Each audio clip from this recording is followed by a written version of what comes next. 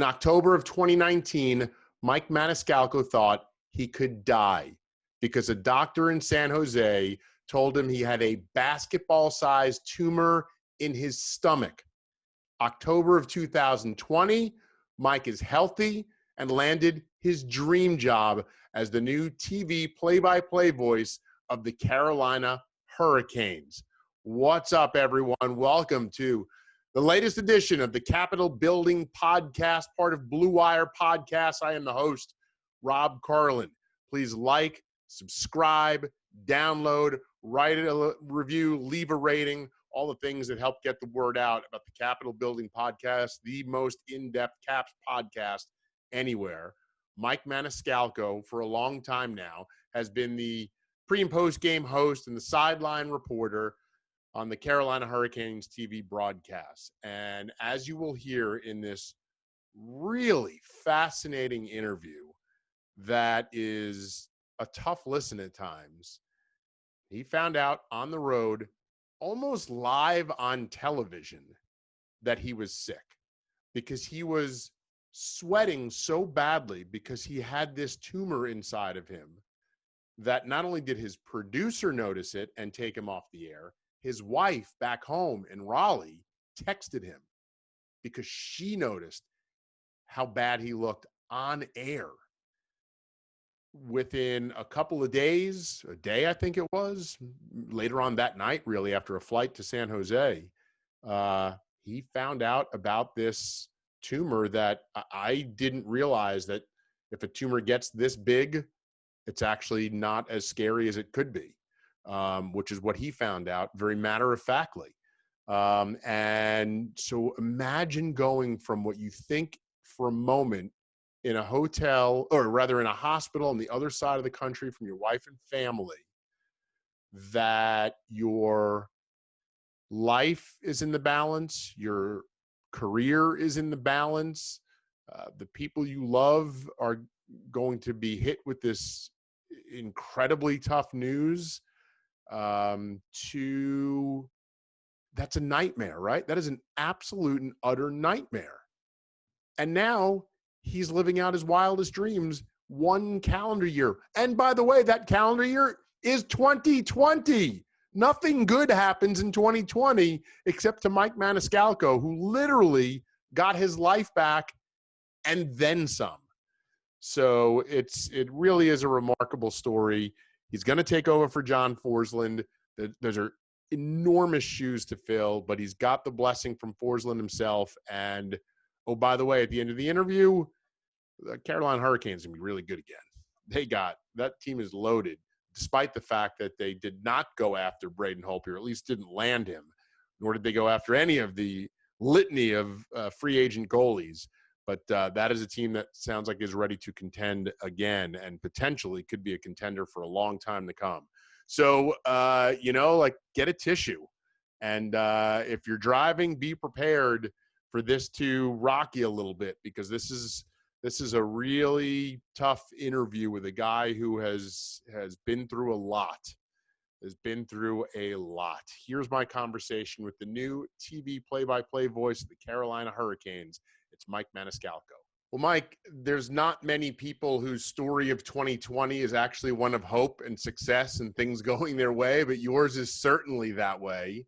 But let's go back to 2019 in October, when, from reading the story that you did with The Athletic, so you're at a game in LA, yep, sweating bullets, which I've been in that situation before, but how did everyone kind of know this isn't just he's been running around sweating, something's wrong? Well, I'd gotten a flu shot on Friday before we traveled out to Los Angeles, Rob.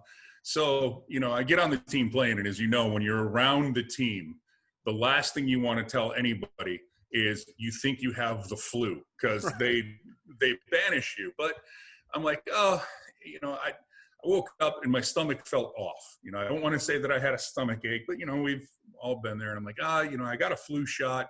Maybe it took a couple of days. I'll just, I'll sleep this off in the hotel room. We'll be fine.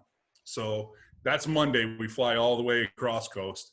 Wake up Tuesday. I don't feel better. I don't feel worse. I'm like, all right, I just got to wait this thing out. That's what it comes down to. Get to the game, and now it starts to amplify. Like it's real stomach pain that I'm going through. And my producer caught it early. He's like, "Are you okay?" He goes, "You don't seem yourself. You seem a little off." And then my wife is watching the game, and my stage manager who's there, he's like, "What do you need? What can I get you?" I'm like, "Well, just getting me water. Like when I drink water, I'd feel better." I know it sounds weird, but it's feeling better. My wife sends me a text. She's watching the game, and she goes, "Is it hot in the Staples Center?" And I go, "No, it's freezing." And she goes, "Well, you're sweating, and I notice it." She sends me that text. The producer, Jim Malia, who's just outstanding, our producer, goes, "You're sweating a lot." He goes, "You're done." And he goes, "I'm not going to have you do anything else." So I went and I talked to an EMT before the start of the third period, and they do all of the tests. And meanwhile, I was talking to the Hurricanes trainers, and we're all diagnosing everything. So I have this list, Rob, of things I don't have, right? but not what I have. And the EMT goes, "Well, it's not this and it's not this." He goes, "I think you should go to the emergency room," which any sane individual would have done. But the Canes were playing San Jose the next night. And I'm like, "No, I'm going to get on the plane. I'm going to fly to San Jose. And tomorrow morning when I wake up, if I feel like this, I'll go to an emergency room or an urgent care." And the EMT is like, "Oh, you really should go." Because he goes, "I don't know what it is." I'm like, "No, but then I'll be fine." Get on the plane, try to go to sleep that night. Can't go to sleep. It's about 2:30 in the morning, California time. I start looking up emergency rooms. I Uber myself to an emergency room. And then about 4 hours later, a doctor walks into the emergency room that I'm in and says, "We found a rather sizable mass in your stomach." And I'm like, "Yeah, that reaction right there is what I have, Rob." So immediately, and the first word he used was the size of a basketball. Oh my God. And I mean, I'm a big guy. You've seen me, and I'm, a little upset. You're saying I'm overweight, Doc? Is that what you're trying to tell me? Right. I know. I could lose if you're right. Trust me. That's what you tell me. But he's like a basketball, and I forgive the doctor for that because he had small hands. But it was really more the size of a volleyball, which it was. I got the official size when it came out. But it was kind of nerve-wracking. But it's funny where you find comfort or calm in situations like that. I let my wife know. She was a rock star through all of this. She was amazing because I had honestly texted her because she's like, "There's 2 flights from Raleigh that could get her out to San Jose. One would have left at like noon and one would have left at like 3. And I'm like, "I'm going to get out of here in an hour. They're going to like diagnose this." Because I'd had a sports hernia and an umbilical hernia surgery. I thought something ripped apart inside. And I'm like, at worst, they're going to give me some pain meds. They'll get it fixed when we come back to Raleigh. And then they diagnosed that. But I had texted her. I'm like, "I'm going to be out of here in an hour, so don't worry about it." So she called. She's like, "Are you sure?" I'm like, "I'm fine." She's like, "All right." Hang up that phone. And honestly, 4 minutes later, the doctor walks in and says, "We found this. This is what it's at. We got to move you to another hospital." Oh my So she God. she gets out there. But the Hurricanes, Mike Sundheim was great. Jim Malia, the producer who had previously diagnosed it on air. It's the game day. He takes an hour and a half out of his day just to get into the room and be there with you. And, every thought goes through your head of, I said it in the article in The Athletic. Well, it was a good run, with what I got to do. Like you start thinking that, but then as it moved on, the doctors and the care that I got from San Jose Valley Medical Center to get to come to Raleigh, and the doctors here, because I got to fly across country. I won't bear everybody with the full internal details, Rob, but I used a lot of good luck on my bad luck to get to this spot, and I'm grateful for every moment since. I mean, I can hear the emotion in your voice. I can't imagine being on the other side of the country from your wife and your family, It's the middle of the night. I mean, just so many things. And I think most people, but certainly most guys would be like, I'll be fine. I ate something, you know, and guys of our size are like, I'm always dealing with some kind of stomach issue. I don't feel well. But man, that feeling of fear and being real. I know the team's there and your friends that you work with, but being that far away, I mean, it had to be just a little bit frightening for you at that moment. Yeah. Lonely, almost lonely feeling. Well, because it's one of those things where I also, like, I'm starting a clock in my head, like the team's going to play, and they're going to leave San Jose, and then what happens from this point on? And, you know, you wait for, I knew my wife was coming into town, but you never knew when that was going to take. But it's funny because I tried to keep it quiet. I didn't want it to get out. The one good thing is the East Coast being, you know, 3 hours ahead, I knew I wasn't waking somebody up out of a sleep to be like, hey, this is what's going on. I knew that. I know my wife's schedule, so I knew she was up when I started texting her. It's like I didn't take her out of a sleep for that. And then the Canes PR director, who wasn't on the trip, Mike Sondheim, who I know you've dealt with a million times, he was back in Raleigh, so I knew I could contact him because I wasn't going to wake up Pace Sagaster, who was out, and he was amazing once he woke up and everything that they needed to do. But you get that. There were those moments where I was waiting for everything, where it's what you say, you hate to be alone in your own head with those things, with those thoughts. Oh, for sure. And, you know, like I said, you start going to a point. And all right, so there's one quick thing I'll share about it. The one thing that calmed me down, and it's going to sound weird. So I told you the doctor came in and said it was the size of a basketball. So he goes, I'll leave you. I know you got to make some calls. I'll leave you to do that. So I did. And he comes back in about 15, 20 minutes later. And he goes, so do you have any questions? And I have one major question. I go, so what are the odds that this is really, really bad? I'm dealing with something bad here. And I don't know why this was the thing that kind of brought me down from, you know, DEFCON 5 back to like 1 or 2. He goes, oh goodness, if this was bad, you wouldn't be here right now. Like, he just said it matter of factly. He said things like this don't get to that size if they're malignant or really bad.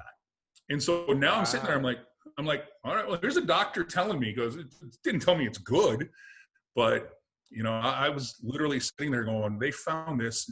I mean, I'm trying to crunch numbers, and all of a sudden he goes, you know, no. He goes, if they get to this size, they're generally not the worst of the worst. Oh, so wow. See, I would have thought the exact opposite. If it's that big, this is, exactly. I'm in back timing my life. Yeah, exactly. And that's, so there was about a good 45 minutes where, you know, after you do the phone calls and all that, I'm like, all right, so how am I going to handle what they tell me? And you prep yourself for all that. And then he just said that. I'm like, all right, well, that's something. You hang on to hope. And I took the positive outlook from that, and then here we are. So what did he say was going to be the process then? Was this like, oh, that's good, it's a relatively simple surgery and you go on with your life, or? Oh, no. Okay. No. His exact words were, when they found it, he goes, you know, it's something, a sizable mass. We don't have the surgeon or the space to handle what you have. We have to transfer you. So that was that, 45 minutes of, I'm like, you don't have a surgeon or the facilities to handle this. I'm like, all right, this is a hospital? Like, what am I doing here? Right. Exactly. I'm like, I should have went further down on Yelp. So that was one of the thoughts. But no, they took me to the next hospital, and they discussed every possibility. I mean, I heard everything from chemo to doing a biopsy to not doing a biopsy to we're going to keep you here or we'll have to transfer you to another hospital. And that's where the Hurricanes, when word was getting back to Hurricanes doctors back in Raleigh, were amazing. They're like, hey, if it's this, we got you. We know what to do. We know where we're going to take you or what'll happen there. But there was another complication to it. Welcome to the medical hour with Rob and Mike here. Right. There was another complication because of what this is, what I have. It can come back. So, I mean, I'm not in the clear. When it comes back, it's very aggressive. And they're never sure. Like, I want to know how long was this thing in me? And they're like, I don't know. It could have been 3 weeks or 3 years. Because 4 in a million diagnoses of tumors, that's what it is. 4 of them are what I was diagnosed with. 4 out of every million. Oh my God. So they have information, but not a ton. And the doctors turn to me and they go, well, what do you want to do? And I go, I'd like to go back to North Carolina, be near my wife. My family's much closer that way because my family's still all on the East Coast from Buffalo, and they could get down if they need to. So they said, all right, well, there's a problem. This thing attached to your small intestine and ripped it. So now I'm like, oh, great. I have this and I might, be septic. Well, then they did all these CT scans. I got very familiar with being able to take those. They go, well, the weirdest thing in the world, the tumor you have wrapped up the hole it created so you can fly home if you want to. Like I said, I caught every break I needed to. And then you get back home and just the support, you wanted to keep it quiet, but you can't. Right. Because, fairly public job. Yeah. So if there are a few things I'd do different, I don't know if I'd be as forthcoming with all the information that I had, but I'm like, I didn't know how to play this. And then, that night, Dougie Hamilton scores a goal and does the second intermission interview and says, I'm in a bad way. And, I scored that goal for Mike. And, I'm sitting in, there's a couple of times where you get emotional over things. I'm watching it on my phone and I'm like, right. Waterworks start on that. And nurses running in, are you okay? And I'm like, yeah, our defenseman scored a goal. I'm fine. That's unusual. But, all of there's so many folks I can thank and just kept me positive through all of it. When I say everybody on the team texted me or reached out to me. Rod Brindamore was unbelievable through all of this. The front office, Don Waddell, Tom Dundon, it was basically whatever you need, whatever we can do to help, we'll do that. And then I come back cross country and they're waiting for me here to get everything set up. And they did. And they're like, okay, we're going to go in and we're going to take it all out at once because it makes no sense to take it out a little bit at a time. Another funny story, one of the surgeons, his name is Dr. Michael Myers. This happened around Halloween. So I have been. They do it on Friday the 13th or something. I wish. So I have been sliced open and disemboweled by Michael Myers on Halloween, and I'm still alive. So still here. Not many people can say that. Not many people can say that at all. Me and like Jamie Lee Curtis. That's about it. So. You never thought you'd have a link to Jamie Lee Curtis like that. Exactly. You ever meet her? It's a hell of a pickup line for you. Unbelievable. But yeah, so that's it. And then you get the news. You get the news that it's non-cancerous, which goes back to the first doctor saying, it's.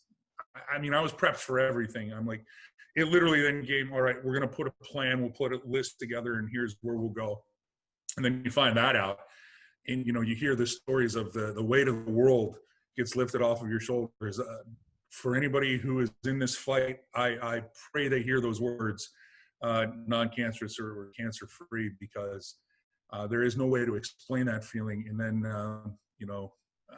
like I said, Rob, I got so many people to thank who kept me positive, who stayed positive through all of this. And yeah, it's been a one heck of a year for me, as far as 365 days go from an October to where we are right now.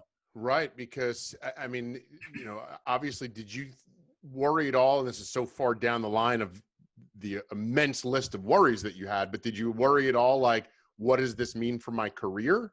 I could be out for a while. I'm living proof of how quickly they'll move on from you. So was there a concern of like, what does this mean for me professionally? Yeah, sure. Absolutely. Like, early on, and it was far down the list, but sure. there are a lot of hours where it's, just you and your thoughts. And the one thing about hospitals, and I don't have a bad thing to say about it. I know a lot of people do. The funny thing is when you finally get to sleep during things like that, they wake you up to make sure you're asleep, which I'll never figure out why.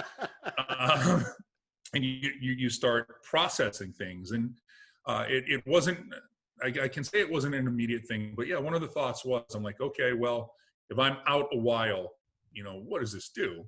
And where do we go from here? But again, the organization was really good with me because of where we were in the situation that was going on. And they kept me, they kept basically me up to date with everything that was going on and what, their thoughts were. And luckily it never got to the point once I found out, okay, this thing's out of me and I'm going to make a full recovery. Another funny line. Doctor goes, "You got any questions?" I go, "Yeah, when can I go back to work?" That was the first question I had after that got taken out of me. Not like, what is it or what else do I have to do? It's when can I go back to work? And my wife's in the room and the doctor just talks right over the top of me and goes, "He always like this?" And my wife's like, "Oh, you mean an idiot when it comes to his health?" Yes, absolutely. So yeah, I mean, there was the thought for a little bit, but then that's when the doctor goes, "Well, normally we keep stitches or staples in for 2 weeks." He goes, "But for you, I'll keep it in for 3 weeks, and you can't work as long as you have them in." So, but I let the organization know there. But there is that thought, and look, I've been in that situation where in my radio career, oh, you're fine, nothing's gonna, and then in this case, I thought I made a wrong turn in San Jose, and literally it could be different, but you have the thought. But honestly, Rob, I try to keep anything negative away from my thought process during all that, and just be like, all right, I'm just thankful I'm here. Let's move on to the next hurdle we got to clear. Well, and I only asked that question because of where you were to where you are now, achieving this, what I imagine for most of us is the lifelong dream of being a play-by-play guy. And so you go from late October 2019 to getting that, you've got a basketball-sized mass in your stomach, to October 2020. When did you actually get the job as the Hurricanes play-by-play voice? And by the way, replacing John Forslund. We'll get to that in a second. But was it had to be like almost a year to the day type of thing? No, a little bit before that. Okay. I mean, because it's we get through the playoffs, and then you get to September, and then early October, it's kind of like, all right, this is the direction we're going to go, and we like the job that you did for us in the playoffs, and we feel that this is the easiest transition to go with. And so yeah, it was not to the day, but it was in the ballpark. And it's funny because you just go down that list of where I was a year ago, thinking am I going to be here in a year or two?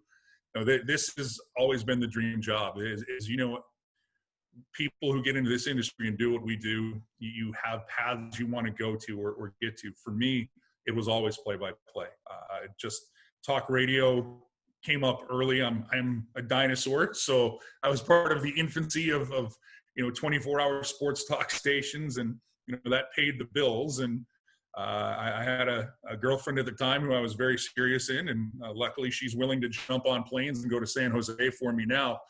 But I'm like, well, I don't know if she's going to follow me down the play-by-play trail, wherever that would lead, considering I could stay at home, and then got another job in Richmond, and then from Richmond to Raleigh. But it took me that. But yeah, I still keep waiting for somebody to tell me this last year, like I don't want to date ourselves here, but I keep waiting to open up the shower and Bobby Ewing is in there. It's all been a dream, like, oh, okay.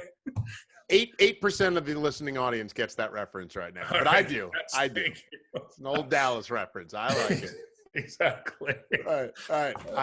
So I got to fill in for Joe B during the preseason, actually against the Canes. Yep. And that was I've called basketball, I've called football. That was my first hockey game I had ever called, was an NHL preseason game. And A, it's the NHL, which is amazing, but B, it's preseason. Half these guys are never going to make it, and half of those guys have names that's seemingly all vowels. So I'm like, I can't even pronounce half these guys. And the speed at which the game goes, and noticing who's at, and talking to Joe B, like he looks at the color tape on their sticks and like every little trick. When you got to call those playoff games, because Forslund, however that split was happening, he gets to call the games for NBC. How many games had you called over the years, and what was it like you're stepping into his shoes in the playoffs?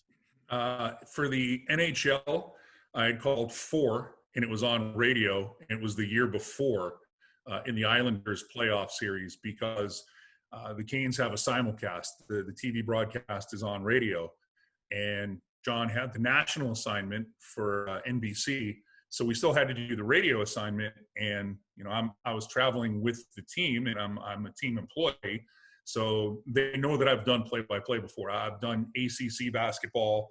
I had done, a million years ago. My college is Division III football games. Take that for what it's worth. I'd done a little AAA baseball with Robert Fish and the Richmond Braves at the Diamond. So, I'd had play-by-play experience. And I had called Buffalo State hockey at the Buff State Sports Arena against Cortland, where you got half a roster from my home team and no roster from the other team. And you just make it up as you go. But as far as calling a game on TV, I had never called anything, at least at that level, on TV. And, you can be intimidated for it, but I went in, I knew all of the production crew because I've been part of the TV crew. I know Trip Tracy, and I could not have asked for a better partner to help me through all of this. Plus, Trip and I had the 4 games against the Islanders the year before to work with. But yeah, when people ask, what hockey game is this, after I got done calling the Rangers game in the qualifiers, I'm like, yeah, this is the 5th NHL game I've ever called in my life. So it was a little bit not intimidating, but you go into it because you did it, even in preseason. And it's worse in preseason because everybody's wearing numbers in the 60s. Right. And if somebody turns, you're like, well, that's not going to be different from anything else. And line changes happen quickly.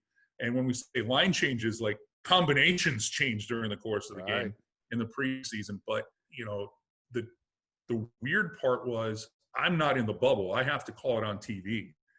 So every little trick that I could remember calling Division III college football, or, calling a basketball game that was a blowout where, they're emptying the benches, like, you look for, like you say, little things like, are sneakers different?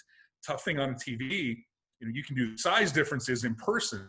On a TV, Tavo Teravainen and Marty Natchez, who both wear numbers that are in the 80s, when they turn, they're the same size on a TV. But I got a lot of really good advice to, just slow down. You've got the pictures that can call the action for you, so you don't have to be on top of everything. Like the radio side of me in my head is like, oh, I've got to say where the puck is all the time and what's going on. And then you realize, no, you can calm down. You can take a breath. You can let the play kind of develop as it goes through. So it was the first game, and it was, oddly enough, I guess we could call it the preseason game against the Capitals when everything started, Rob. I went back and listened to that game, and I'm like, they are not asking me to do the rest of this playoff. There's no way. And then, but then I'm like, all right, well, I'm thrown in the pool, so let's do it. And like I said, the help I got along the way, but in particular, Trip was awesome, because Trip Tracy just said, partner, you call it. He's got a lot of, locker in him. Yeah. He's like, partner, you call it, and I'll carry the rest of the mail. And I'm like, all right, I got Pretty much what Locker said to me. He goes, Rob, just say the names and I'll fill in the rest. And I was like, okay, exactly. You got it. So, but yeah, you get into it, and then, once you start doing that, it just becomes fun. Like, you get in that rhythm. There's nothing better than especially couple of the games were outstanding games with big plays, and that's kind of what you hope for. And I knew the Canes roster really well, and then the advantage is it's going to be the Rangers for 3 to 5 games. It'll be the Bruins for 4 to 7 games. So right. you got to know the other team as opposed to are they calling somebody up or what's going to happen. Right. No, that's a great point because, and now we're going to go down into the weeds of play-by-play calling, but you go out and call a Canes Sharks game, for instance, you're not as familiar with that Sharks team, but you're getting the teams that you're familiar with anyway, and then you're getting them 3, 4, 5 nights in a row, or 5 games in a row. Yep. That rhythm you get into, it's like an athlete. You get into a rhythm, and then once you can identify the other team, well, then you're just in cruise control, and like you said, at that point you're just having a blast. Yeah, that's how it went down. Once I want to thank the Ranger fans who were always trying to correct me on Zibanejad. Thank you very much. What did you call him? I think I called him Zibanejad to start off with. Yeah. Kind of the Western New Yorker in me kind of snuck in and made the BA a BI. Were you checking social media during the game? No, God, okay. No. So it's up in your head. Now that's all you're thinking about. Oh yeah. Well, there's a lot of room inside this melon. So, but the best advice I received was from a good friend who's like, "All right, call the games, have fun." And if you look at social media, I'll break your fingers. Don't do it. Just go on. He goes, because if people say you're great, you weren't. And if people say you were awful, you weren't. Yeah. So I remember when I was doing the Islanders for MSG Network pre and post game shows, we got about halfway through the first season. One of the guys on my crew goes, and they had a fan website at the time. And hey, have you read the message boards? I was like, no, why? And he's like, oh, don't read it. Well, now, of course, cut to like 3 o'clock in the morning. It's pitch black in my living room. I'm almost in tears. I'm like, why do they hate me? Exactly. I grew up an Islanders fan. Why are they so mean? Yeah, you can't read social media, man. The funny part about it was, it was Ranger fans. So I'm like, well, I'm calling the game for the Hurricanes. So I'm sorry, Ranger fans. But I made the correction. And it's funny. I'm like, well, I'm pretty sure I heard Sam Rosen say Zibanejad, and you don't get on him. It's okay with it. It's Sam Rosen. It's okay with me. Sorry, Sam. I'm not throwing you under the bus. He does say Zibanejad. I'm just saying. You try to justify those things in your mind, but like you say, you get in the rhythm and you go through everything. And I honestly was nervous of calling the Canes names right. And a team I've been around for. Honestly, when I say 4 years, I've been around him for 12 plus because I've covered him in radio. So, you get into it, you're like, oh my God, what if I say Sebastian Aho's name wrong on a play? You're not going to, but you have that fear. But it was good. And by the way, all young broadcasters out there, what Rob just said, never read the comments. Never read the comments. Stay away from social media. Never, because you're right. You're never as good as they say. You're never as bad as they say. But, man, each one hurts. Oh yeah, like I get it. It's part of the gig, but each one bad negative thing hurts. I don't know if it's the same for you, but it's been this way for me from when it used to be emails or faxes coming in telling you how poor you were. You could get 100 of them, and 99 tell you how great you are or this is awesome, and the one that comes in, you're like, what did I do to this person? Right. What did I do? So yeah, just ignore it. But it's honestly the feedback from the people that I trust. That was what was encouraging. Even when you talk about critiques for all that, it was all hey, we thought you could do this, but we didn't know that we could throw you in and you would just keep getting better each game. So right, that's awesome. And that was my goal, literally, just to get better every game. Right. So. Right, you're like an athlete at that point. You want to just keep working. And, I remember when I called that one game, late in the game, our producer, Ryan Billy, who used to do our pre- and post-game shows, so I've worked with him forever. He lives 5 minutes from me. Like right at the end of the game, or maybe it was like the last commercial break or something, he was like, you're pitching a no-hitter, bud. Finish strong. And I was like, you know what? I knew it got better by the third period. I was in a good rhythm. But you hear that, you're like, thanks, man. I appreciate it. So John Forslund, you have a relationship with him. He's, it's close to a legend, if not considered Oh, a yeah. legend down there, right? What was that like when the whole thing went down and now you got to have this conversation? It's awkward, and I've said it a lot. I wish circumstances were different for the opportunity, and the big reason why is I've known John going on 13 years now, and he's a friend. He's a good friend. He's helped me as a broadcaster, and we were colleagues, and it was initially one of these things where I'm like, I'm not replacing John. This is what was going on. We'll get sorted out, and then it doesn't. And I think that the rest of if people want to know and want to see the record, it's out there. You can, but as Rob, you well know, in this business, things change in an instant. How things happen, and you've got to find out. All right, how do you handle it when an opportunity is presented? The best thing that happened was John called me before the start of the playoffs. I texted John and said, "Hey, can we, not can we talk?" But I just sent him a text, and he goes, "I'll call you in a minute." And I think he was on the phone with somebody else, and he called. We had a great call. It was close to an hour, and basically, he took any of the pressure I would put on myself of, it should be, or why isn't, or why am I here? He's like, you've got this opportunity. You're ready for it. You can do it. Have fun with it. It's awesome. And then he said, don't worry about me. And the second he said, don't worry about me, that made it, I don't want to say easier, but that in my mind, I'm like, okay, John he's been through everything in the industry too. Once he said, have fun, don't worry about me, that was it. That any kind of thought or burden I would have of, I'm replacing, I will go on record with this. He is the best play-by-play voice in the National Hockey League. I mean, from how you talk about being smooth and calling a game and transitioning in and out. And I'm happy that the rest of the nation is really starting to see it, because the profile is going up more on NBC, but he's the best. And I'm like, I can't be that. I'm not going to be that. I could try for a million years. But the second he gave me the just do you and you'll be fine, it made life so much easier. So that was, I think, for me, one of the most important things that could happen during a transition like that, because you knew the fans were going to be cognizant of it, and Right.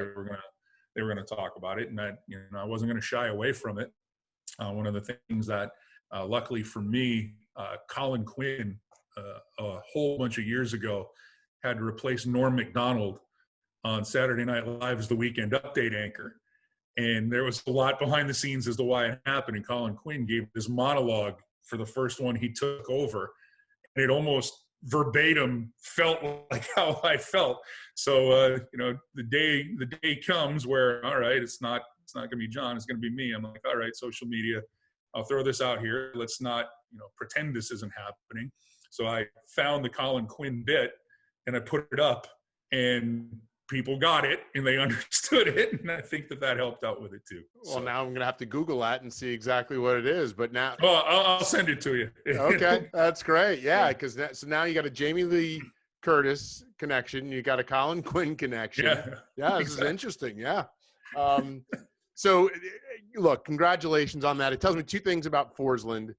A, he's a true pro, and B, a class guy for him to do that. It's great to hear. And I've met him and dealt with him, a handful of times too. And, it is not surprising. Before I let you go, and I appreciate you giving me so much time and opening up about some very personal things, but the Canes themselves, as for the team, so the goalie situation, huh? They're just they're just going to ride with this and just always have the goalie situation. Well, I think what it comes down to is everybody is looking at this team, and this, it used to be July 1st, but what was it, October 9th this year, which was the July 1st of free agency. It's, Rob, what are we going to do to get better? I know we have Alex Ovechkin, but let's throw $10 million at another winger, right? And when you look at the math, the Hurricanes didn't have a lot of room to deal with as far as the salary cap goes to make improvements, or to I even hate to say make improvements, to at least to add to the team. Sneaky good signing of Jesper Fast from the Rangers, who comes in, and now you're looking at the Canes of, they have, 3 really tough lines to play against, and their fourth line don't sleep on either with what, they're going to be able to put out there. But, Fast is the only addition. And when there's sexy names out there, everybody wants all the big free agents. And there were so many goalies who were available. And if you look at the one area for the Carolina Hurricanes that you point to, you're like, well, and I think we can say it now because all these guys are off the market, but wouldn't the guy who was so good up the road for the Washington Capitals all those years look really good in the Carolina Hurricanes uniform in Braden Holtby? Well, who's to say the team didn't make offers, but the players also have to take these offers or take whatever deal is there. And I'm not privy to every deal, or even if they made offers, but I can tell you that they did. I know that they offered a few goalies who were out there on the free agent market, and however it turns out. But 2 years ago, nobody thought this team with Peter Mrazek and Curtis McElhaney were going to make the playoffs. And not only did they make the playoffs, they made it to the Eastern Conference Finals.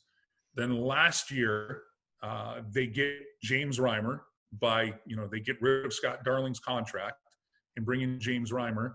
And the thought is, well, you're not going to get back to the playoffs with James Reimer and Peter Mrazek, and get back to the playoffs. And I hate calling the qualifying round non-playoffs, but I'm not in the NHL and part of their, however they want us to use their lexicon of things. But they won a playoff series with beating the Rangers. And then, they push the Bruins, even though it's 4-1, they pushed them. But I can't say that they're done. I think that the way that this team was going to improve with a big move would be through a trade because of the salary cap. And I think everybody's looking at, well, free agency, they didn't do this, they didn't do that. I'll go back to last year. They add Vincent Trocheck and they add Brady Shea, and they didn't rent them. Those were players with term who are going to be on the team this year, who were not part of the plans for 2/3 of the season last year. So for anybody who's talking about, what addition did the Canes make, Trocheck and Shea were, I think, their free agent spending because they added those contracts to this season. Are they done? Probably via free agency they are, but I don't think that they're necessarily done trying to make the team better. And oh, by the way, they have a really good young Russian player who they're going to have to pay a lot of money to, because he is on his way to being a superstar in this league, and Andrei Svechnikov.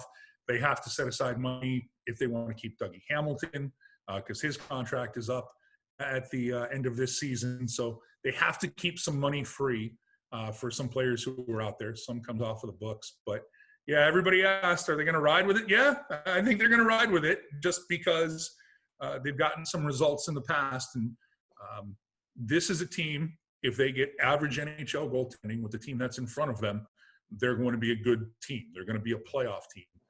The question then comes into it's always I'll use a football analogy. When you got a team that's kind of middling or not a quote Super Bowl contender, you either bring in a free agent or the backup is always the better option than the guy who you have. So, well, this is a team that's going to ride with the two guys that they have, and they'll give them decent goaltending. And I think that's really what they need. And Peter Mrazek can get hot in a playoff series. We saw that, last year, 2 years ago against the Caps. He made the saves when he needed. Sorry. Ridiculous. But he made the saves when they needed, especially in that Game 7. So, yeah, it's what they'll ride with. But we'll see. This is a team in a front office that's shown that if there's a move to be made, they're not afraid to make that move. So I love the team. It was funny because like 3-4 years ago, they were like the it team for a couple of years. And I was always like, I'm not buying it. They're not ready yet. I'm not buying it. And now I'm all in. I love them. I thought you did almost a presidential type of pivot from my question about the goalies to how great the team is. And then eventually came back to the goalies, but it was very well done. But I think it is just a loaded team, and I expect big things. I would have liked to, if I was a Canes fan, I would say, man, I wish they would have addressed the goaltending with so many goalies out there. But salary cap being what it is, especially this year at the flat cap, tough to do anything. So, and they also had to bring back 2 key players who were restricted free agents in Hayden Fleury and Warren Fogle, who they signed before they went to arbitration. You know, there was, like I said, Rob, there just wasn't. If there was $10 million at the cap to play with, right, I think you probably would have seen. I think you would have seen this team make a move, or at least be a little bit more all in on a goaltender when it gets to that. Thank you for the pivot. I've been watching a lot of politics lately, if you haven't told. But I'll go back to what you said about 4 years ago when they were the it team and people, and why you weren't buying it. When you cover a team, you want to believe it, but then you'd look and you're like, where's the offense going to come from? Yeah, and that's what I kept saying. That was the big, well, now the offense is there with Aho, Teravainen, and Svechnikov. And now we'll see if Vincent Trocheck can get back to the all-star that he was a few years ago. But you're better in the middle than you have ever been, even during those years. Defensively, I'll put this back 6 up against anybody else in the league. When you talk about, especially when they're healthy, who you want to put up there. But they've got more scoring punch now. And I think that's where there was so much focus on the goaltenders in the past, that you were asking goalies to try to win games 2-1, and that's almost impossible to do in this league unless you were, unless time work back to the 90s and New Jersey can come back into play. So the offense really does help these 2 goaltenders, who I think they're good enough to get this team back to the playoffs. And I've seen it with my own eyes 2 years in a row, so no reason for me to doubt it. Well, I will say it was a smart move to re-sign Fogle, but as a Caps follower and fan, if there's one guy could punch right in the nose, man, he is a pain in the ass to play against. But that's a good player too. I like him a lot.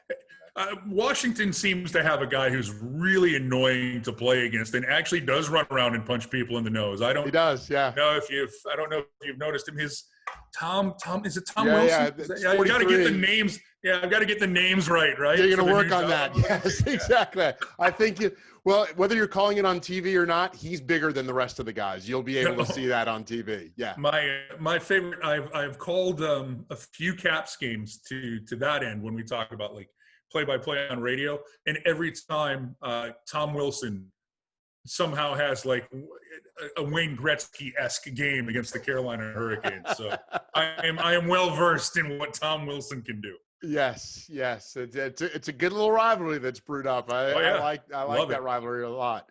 Mike, I really appreciate your time. Your story is fascinating. I'm happy that you're healthy right now, that you're happy, that you've got a lot of success going for you, and I hope it continues. Thanks so much for your time, and we'll talk to you down the road. Anytime, Rob. Thank you.